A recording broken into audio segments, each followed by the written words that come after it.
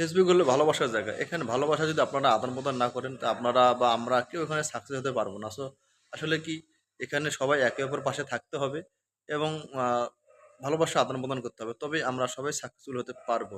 দেখুন, আমি অনেকগুলো ভিডিও আপলোড করি। হয়তো আমি কিন্তু সবাইকে আ আমার সামনে যে ভিডিওটা আসে আমি সেই ভিডিওটাই আমি দেখার চেষ্টা করি এবং ভিডিওটা দেখার শেষে আমি একটা কমেন্ট করি। এটা হলো আমার যেই ভিডিওটা আমার সামনে আসে।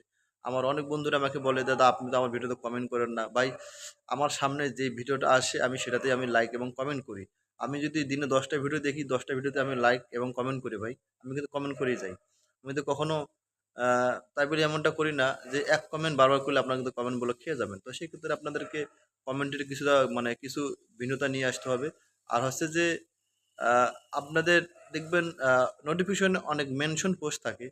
ওসব জায়গায় আপনারা একটু দেখার চেষ্টা করবেন। কারণ ওখানে আপনার যারা ফ্রেন্ডরা আছে, যারা আপনার ফলোয়ার্সরা আছে, হয়তো ওই মেনশন পোস্টে অনেকগুলো আপনার ফলোয়ার ওখানে আ লাইক, কমেন্ট মানে ওখানে পোস্ট করে অথবা সেই নোটিফিকেশনগুলো আপনাদের সামনে আসে। সো আপনারা এগুলো একটু চেক করবেন এবং মেনশন পোস্টে যেসব আপনার বন্ধুরা পোস্ট করে ওদেরকে একটু ভালোবাসা দেবেন।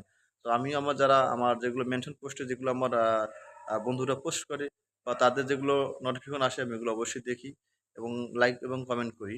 আর হচ্ছে যে আমি আমার হোমে যেই পোস্টগুলো যেগুলো আসে, আসলে আমি প্রত্যেকটা কারো নাম ধরে আমি কারো প্রোফাইলে গিয়ে আমি কারো ভিডিও দেখি না।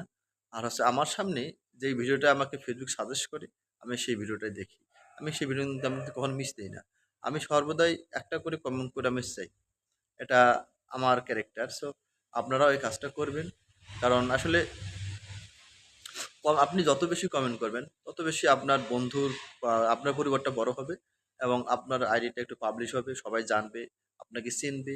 তো সেই ক্ষেত্রে আপনি সর্বদাই আপনার Facebook আপনাকে যেই ভিডিওটা সাজেস্ট করবে, সেই ভিডিওটা আপনি দেখার চেষ্টা করবেন এবং কমেন্ট করার চেষ্টা করবেন। দেখবেন আপনি অবশ্যই সফলতা পাবেন। আর হচ্ছে যে সবচেয়ে যেটা ইম্পোর্টেন্ট বিষয় হলো যে আপনাকে ধৈর্য নিয়ে থাকতে হবে ভাই। এখানে ধৈর্য নিয়ে কাজ করতে হবে এবং সময় দিতে হবে। আমিও একজন নতুন পারসন। সো আমিও চেষ্টা করতেছি আমার পেজটাকে কিভাবে বড় করা যায় এবং যত বেশি সময় দেওয়া মানে যত বেশি সময় দেওয়া যায়, তত বেশি আমি সময় দেওয়ার চেষ্টা করতেছি ভাই।